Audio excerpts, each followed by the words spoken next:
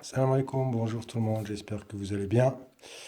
Avant de commencer le cours, je vais répéter encore quelques consignes, et c'est la dernière fois. Alors, pour les devoirs à faire et à rendre la semaine d'après, donc vous avez toujours une semaine de décalage. Vous avez une semaine pour faire le travail. Et pour les consignes, toutes les consignes sont dans la vidéo. D'accord? Toutes les consignes, euh, tout ce qu'il y a à faire, je vous le dis dans la vidéo. Donc, il faut écouter la vidéo, il faut regarder la vidéo.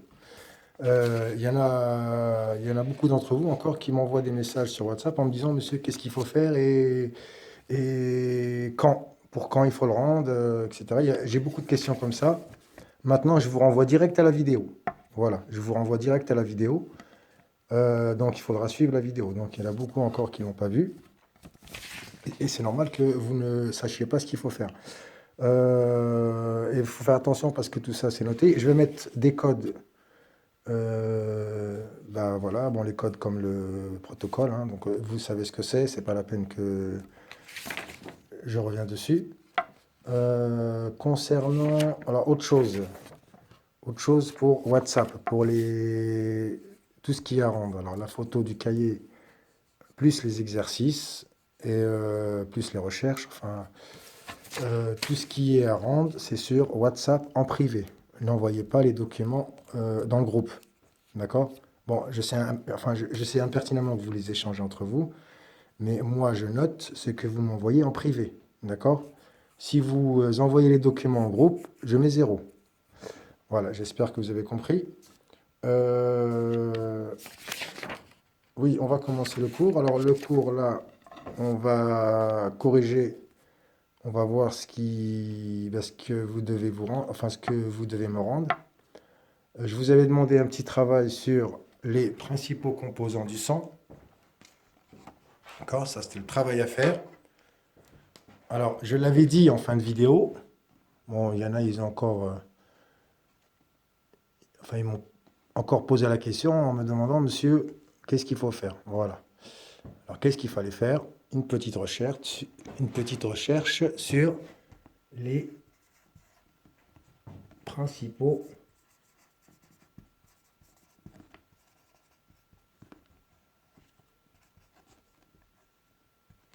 composants du sang. Alors, j'ai laissé la question assez ouverte. Pourquoi? Alors, je vous avais demandé de, enfin, de prendre la méthode que vous voulez. D'accord? Il y a plusieurs manières de représenter les principaux composants du sang. D'accord? Donc, on a le texte. En général, vous m'avez fait tous un texte. D'accord? Il y en a très peu qui ont fait des graphiques ou des diagrammes autre chose qu'un texte. On va voir ça. Les principaux composants du sang. Donc, il fallait faire une petite recherche. Je suppose que vous avez tous recherché sur Internet. Vous avez tous pratiquement fait une recherche convenable. Donc, j'ai vu que ce que j'attendais, alors en général, il n'y a pas eu de gros problèmes. Voir maintenant comment disposer tout ça. Alors, les principaux composants du sang. Vous savez que le sang, c'est un liquide. Voilà, donc qu'on peut mettre dans un récipient. C'est un liquide et son principal, on va dire, composant, c'est le plasma. Voilà, plasma. Plasma, c'est un liquide, c'est le liquide du sang. Attendez, excusez-moi, là je vais décaler un peu. Voilà. Le plasma, c'est le liquide, c'est ce qui compose, enfin le principal composant du sang. Sa proportion, elle est d'à peu près 55%. Qu'est-ce qu'on a dans ce plasma? Alors, ce liquide, bien sûr, c'est un liquide complexe, hein. Donc, il contient aussi les nutriments, il contient aussi enfin, les médicaments que vous prenez, les hormones, les protéines, etc., etc., etc. Tout ce dont on a besoin se trouve dans le plasma. En deuxième position, on peut mettre les globules rouges. Les globules rouges, bien sûr, sont des petites cellules. Voilà. Alors, je vais les mettre en rouge. Je prends mon stylo rouge et voilà, je les colorie en rouge. Les globules rouges, ça représente à peu près 44%. Si on fait le calcul, 44 et 55, ça fait 99. Donc, il nous reste 1%. 1%. Alors, les 1% qui restent, ça se départage en globules blancs. Alors, les globules blancs, ils sont un peu plus gros, mais ils sont moins nombreux. Ils sont moins nombreux que les globules rouges. Les globules blancs. Voilà, alors là, on fait la liste des composants, puis après, on fera le détail de leurs fonctions. On étudiera leur fonctionnalité. Là, pour l'instant, on fait la liste.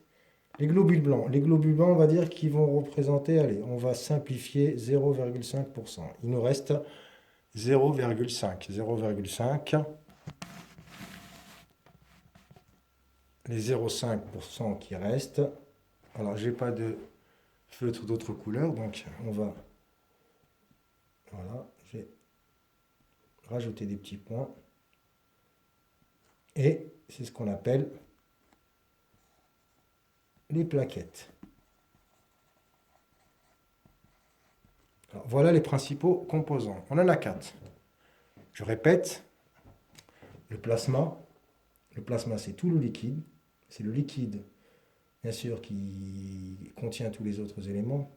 Voilà, on va dire que c'est le contenant. C'est lui qui permet au sang de circuler. Et c'est lui qui donne sa fluidité. Alors, on a les globules rouges, les globules blancs et les plaquettes. Les plaquettes, on avait dit aussi à peu près 0,5%. Bien sûr, c'est des chiffres, c'est des nombres approximatifs. Voilà, on a la liste. Alors, on a la liste. Bon, bien sûr, c'est une liste non exhaustive, c'est-à-dire qu'elle n'est pas complète. Il y a aussi d'autres éléments, mais on ne peut pas faire le détail de tout ce qu'il y a dans le sang. C'est pas possible. Et en plus, on n'a pas les outils pour ça. Allez, on avance. Comment on pouvait représenter justement ces données-là? On a des données, voilà, on a la proportion des éléments qui constituent le sang, et on a plusieurs manières justement de on va dire, de les mettre dans un document. Voilà, avec quelle méthode je peux le faire. Alors, on a 4 méthodes. Bien sûr, on a le texte. Voilà, le texte, vous pouvez faire un petit texte. Le sang est composé de tant d'éléments, tant d'éléments A, tant d'éléments B, etc. Bien sûr, avec un texte tout facile. C'est ce que vous avez fait pour la plupart d'entre vous.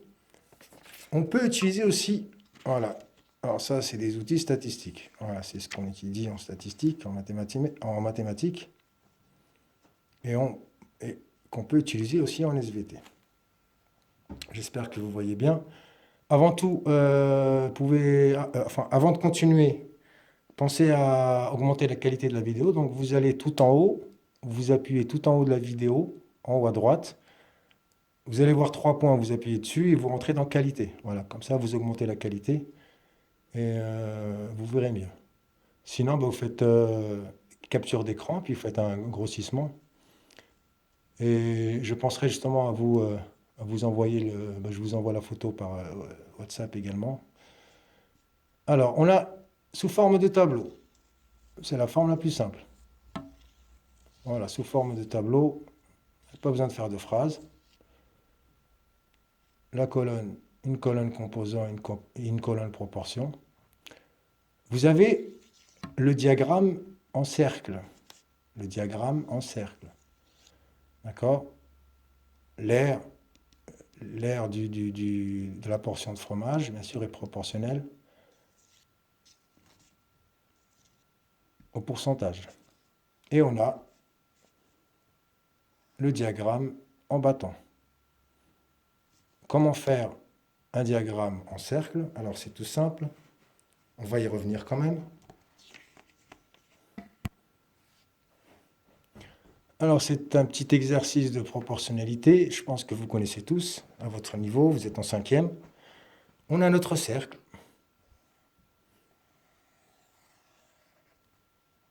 Son centre. Et on doit départager ce cercle-là comme un fromage en fonction de la proportion. C'est-à-dire que plus la proportion est grande, plus l'angle est grand. Donc, il nous faudra calculer l'angle. L'angle, on le calcule comment? En utilisant le produit en croix.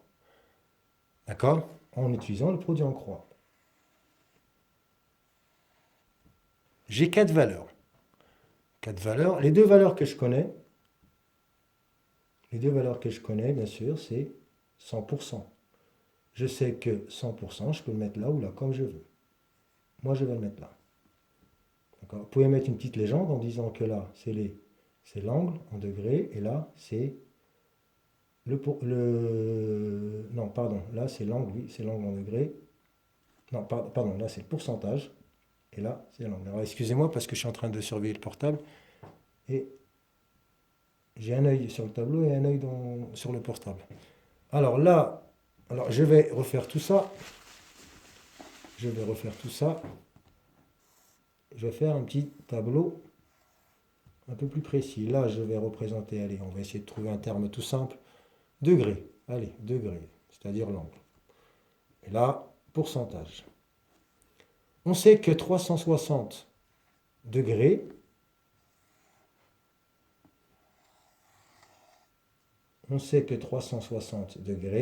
si je commence là, j'ai mon degré 0. 360, alors là j'ai 180, là j'ai 90, et là j'ai 180 plus 90, 270. Et si je continue, je tombe sur 360. Et ainsi de suite. Nous, on va s'arrêter à 360. On sait que un cercle, la totalité du cercle, qui représente 100%, 100% du cercle équivaut à 360 degrés. On va parler du plasma. Le plasma, on avait dit qu'il avait une proportion de 55 degrés. 55 degrés. Donc, mon inconnu se trouve là. Je vais la mettre en rouge.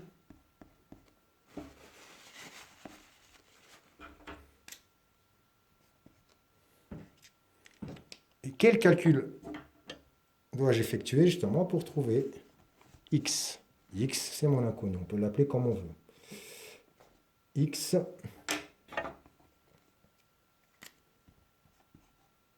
égale. Alors, je prends les valeurs voisines. 55, c'est le voisin de x. Alors, imaginons que c'est un bâtiment, c'est un immeuble. Les voisins de x, qui sont-ils? 55 et 360. D'accord? 360, c'est le voisin d'en haut, et 55, c'est le voisin d'à côté. 100, on va dire que c'est pas le voisin, il est loin. Donc, je prends les deux voisins que je multiplie. Ça fait 360 fois 55. Et le tout, je divise par l'opposé, qui lui n'est pas voisin, divisé par 100. Et là, on a notre angle. L'angle que j'aurai justement pour l'angle de la portion de fromage, ou de galette, ou de gâteau, comme vous voulez. Voilà. Donc là, je vous laisse faire une petite pause, et on va passer au calcul. Voilà, après avoir fait le calcul, je trouve x est égal à 198 degrés. 198 est égal à x, et je peux reporter ici 198. Je sais que j'aurai la partie qui va représenter le plasma va faire un angle de 198 degrés. 198 degrés, bien sûr, en commençant de là. Alors, ça va faire à peu près ceci. Bien sûr, vous allez prendre un rapporteur. D'accord? Moi, c'est juste schématique. Et ça fait à peu près ça. Donc, c'est un peu plus à gauche que 180. Et vous faites la même chose, bien sûr, pour les deux autres. Vous faites la même chose pour les deux autres. C'est-à-dire pour les globules rouges et pour les trois autres. Globules rouges, globules blancs et plaquettes. Donc, vous allez finir votre diagramme. Ici, c'est les globules rouges. Globules rouges, on avait dit à peu près 44%. 44, oui, 44%. Et il nous restera 0,5% pour les globules blancs et 0,5% pour les plaquettes. Alors bien sûr, 0,5%, ça va être très très très petit. Donc faudra savoir comment le faire. Maintenant, on va parler du diagramme en bâton. Alors celui-là, il est plus simple. Pour le diagramme en bâton, il y a juste à tracer l'axe des ordonnées et puis l'axe des abscisses. L'axe des ordonnées, on va mettre la proportion en pourcentage. D'accord? Vous pouvez monter jusqu'à 100. Là, il n'y avait pas vraiment besoin. La valeur la plus haute, elle est de 55. Donc, je fais une graduation jusqu'à 60. Pour l'axe des abscisses, alors on essaie de faire des petits rectangles comme ça avec la légende. Le plasma, j'ai mis en jaune, les globules rouges en rouge et en tout petit, là, j'ai mis les globules blancs et les plaquettes. Voilà, bien sûr, avec une légende complète, le nom et le pourcentage. Bien sûr, on peut retrouver le pourcentage sur le graphique, mais il faudra aussi le mettre là. Voilà.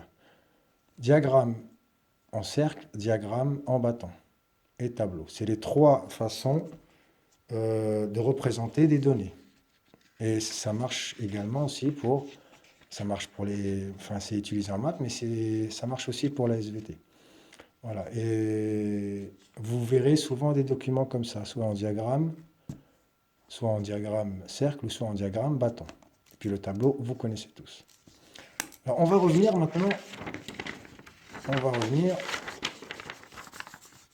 sur le rôle, sur les fonctions des principaux composants. Ils ont une fonction, bien sûr. Alors le plasma, on en a parlé. C'est la partie liquide du sang. Il contient des substances. Bon, alors c'est même un liquide salé, hein, donc il a beaucoup de sels minéraux.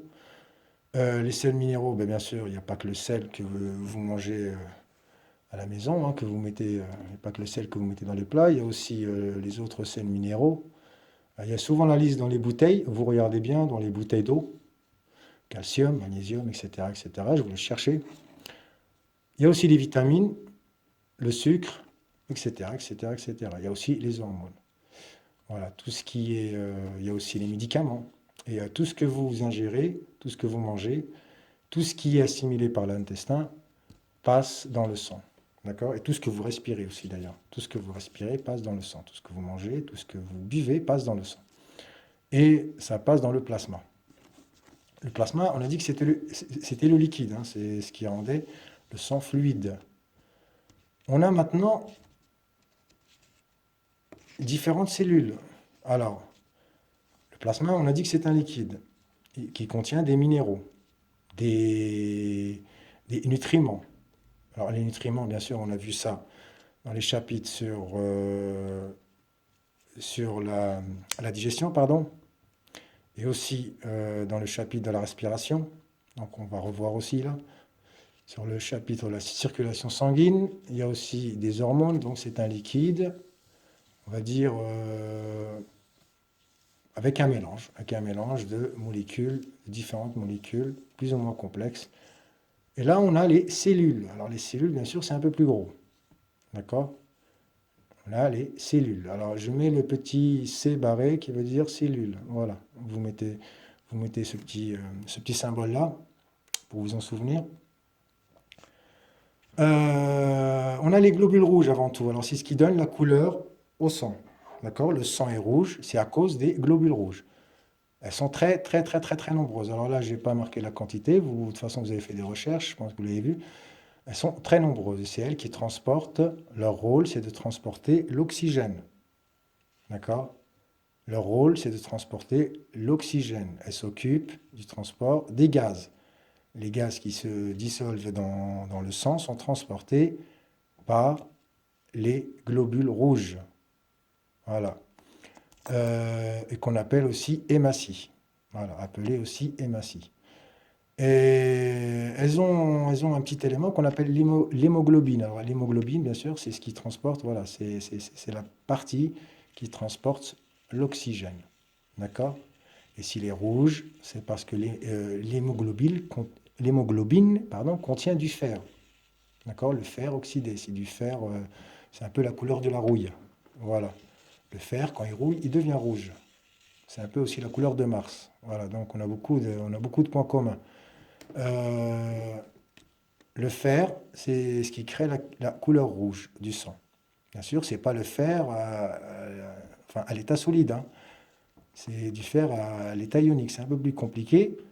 Et pourquoi il a cette couleur rouge? C'est parce que les ions ferreux sont rouges. Voilà. Et bah, vous avez enfin, d'autres animaux qui ont leur hémoglobine qui est constituée de cuivre, par exemple. Ils ont du sang vert bleu. Voilà, enfin, il y a certains animaux qui ont du sang bleuâtre, verdâtre.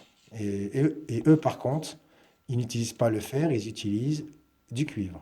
Voilà, donc ça, c'est pas quelque chose d'absolu, hein. Tout le monde n'a pas du sang rouge. Ensuite, on a les globules blancs. Les globules blancs, ils sont un peu plus gros. Les globules blancs, leur rôle. Alors, excusez-moi pour le texte, hein. Le texte, vous faites une capture d'écran si vous avez besoin de lire. Moi, je vais vous le rapprocher. Voilà, vous faites une capture d'écran. Et de toute façon, je vais vous l'envoyer par WhatsApp pour mes élèves. Voilà. Alors, les globules blancs, bah, ils font partie du système immunitaire. Ils ont un rôle de défense. Alors, ils sont là pour nous défendre contre les agents extérieurs. Quand vous respirez quelque chose qui est mauvais, quand vous avalez quelque chose qui est mauvais, quand vous êtes infecté par quelque chose qui est mauvais, que le corps ne reconnaît pas, donc ils sont attaqués par les globules blancs. Bien sûr, il n'y a pas que les globules blancs dans notre système immunitaire, hein, mais les globules blancs, on en parle parce qu'ils bah, ils sont dans le sang. D'accord? Et bah, ils font partie des principaux composants. Bien sûr, on a un système immunitaire assez complexe, mais il n'y a pas que les globules blancs. Mais les globules blancs, ils ont quand même leur rôle dans notre immunité. D'accord? On les appelle aussi les leucocytes. Alors, ils sont là pour tuer les virus, les bactéries, les parasites, etc., etc., les produits chimiques qui peuvent aussi les éliminer. Enfin, pas tous les produits chimiques, bien sûr, il faut faire attention. Mais ils sont là justement pour nous débarrasser des choses mauvaises. D'accord? Euh, alors, oui. Pour les plaquettes, c'est pareil, c'est des cellules. Alors, les plaquettes, vous en avez tous entendu parler, hein. Les plaquettes, c'est les agents de la coagulation. C'est-à-dire que mon sang, une fois qu'il a l'air libre, il coagule, il devient solide. Vous l'avez tous remarqué.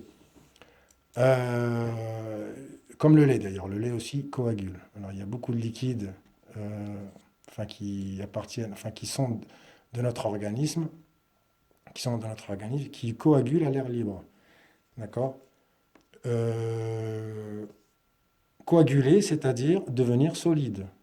Le sang à la base, il est liquide à l'intérieur de notre corps. Quand il est en contact de l'air, il devient solide. Pourquoi il devient solide? Justement, c'est une sorte de protection.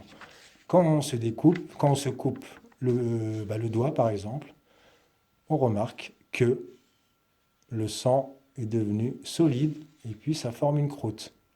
Voilà, et c'est ce qui nous protège, c'est pour justement éviter que des agents pathogènes, des choses qui sont pas bonnes pour nous rentrent dans le corps. Voilà.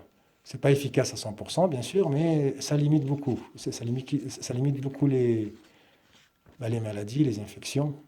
Voilà, je vous remonte le texte. Voilà, qu'est-ce qu'il faut mettre?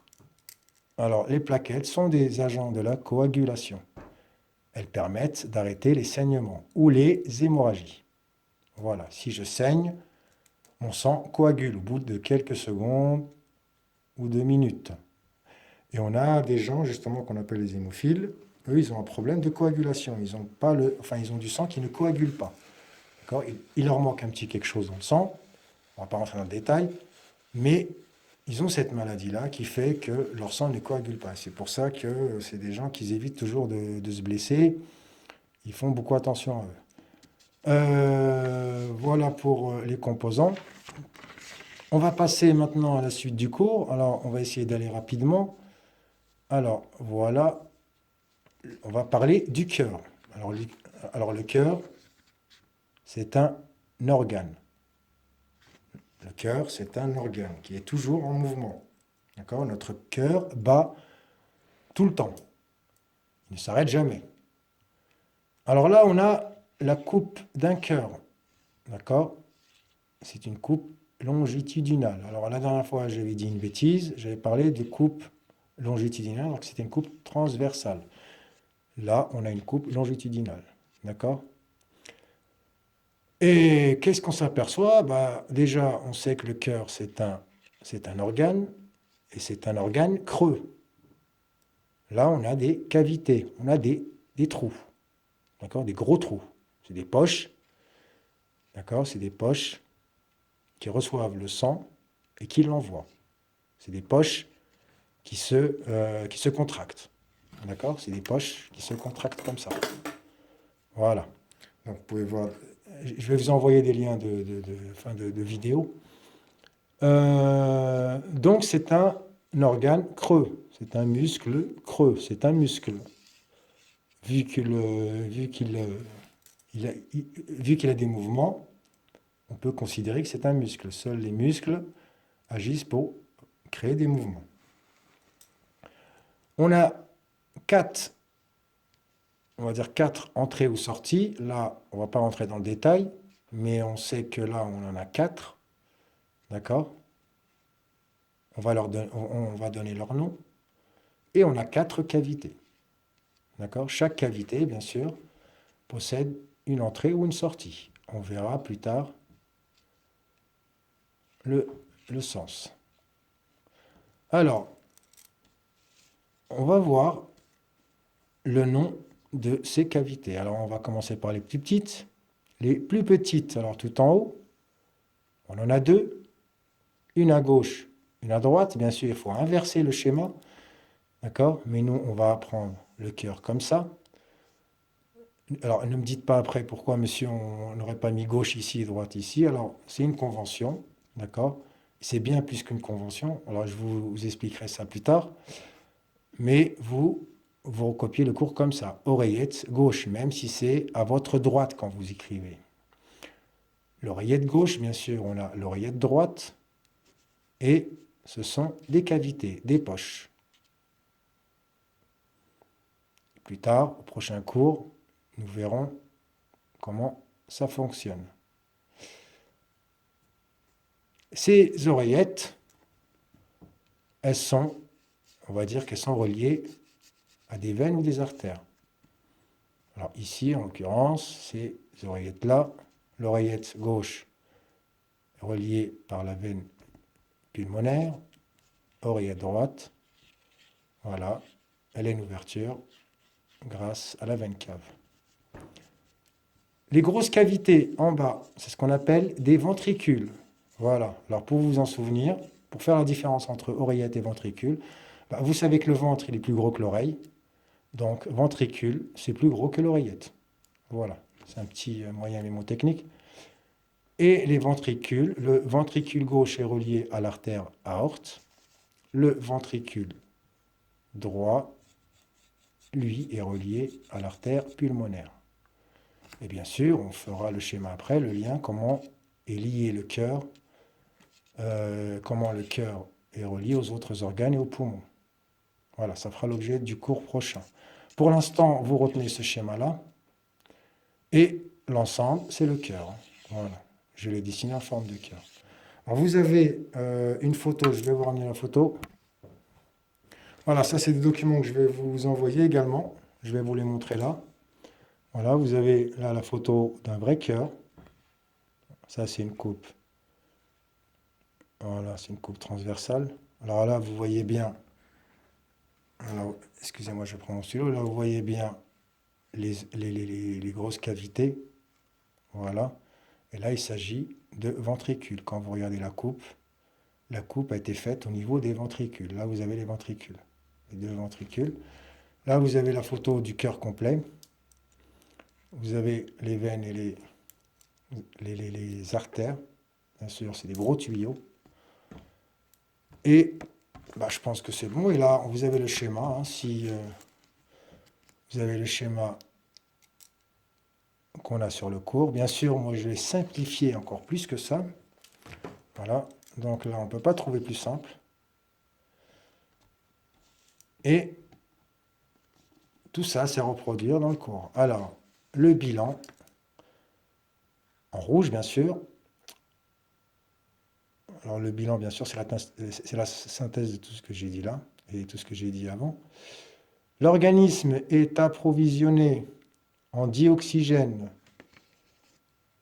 O2 et en nutriments grâce au sang, dont la circulation est assurée par le cœur. Le cœur ou myocarde, bien sûr, myocarde, c'est un synonyme de cœur. Bon, c'est un nom un peu plus scientifique.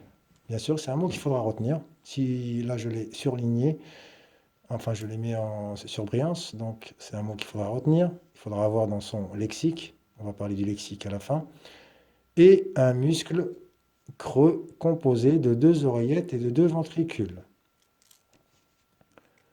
en relation avec divers vaisseaux sanguins. Bien sûr, tout ça, ça va être relié à l'ensemble de l'organisme par des vaisseaux sanguins, des artères, des veines, des capillaires. Ça va relier les poumons d'un côté et le reste du corps de l'autre côté. Voilà. Le cours est terminé. Alors moi, pour aujourd'hui, pour cette semaine, je ne vous donne pas d'exercice ni de devoir à faire.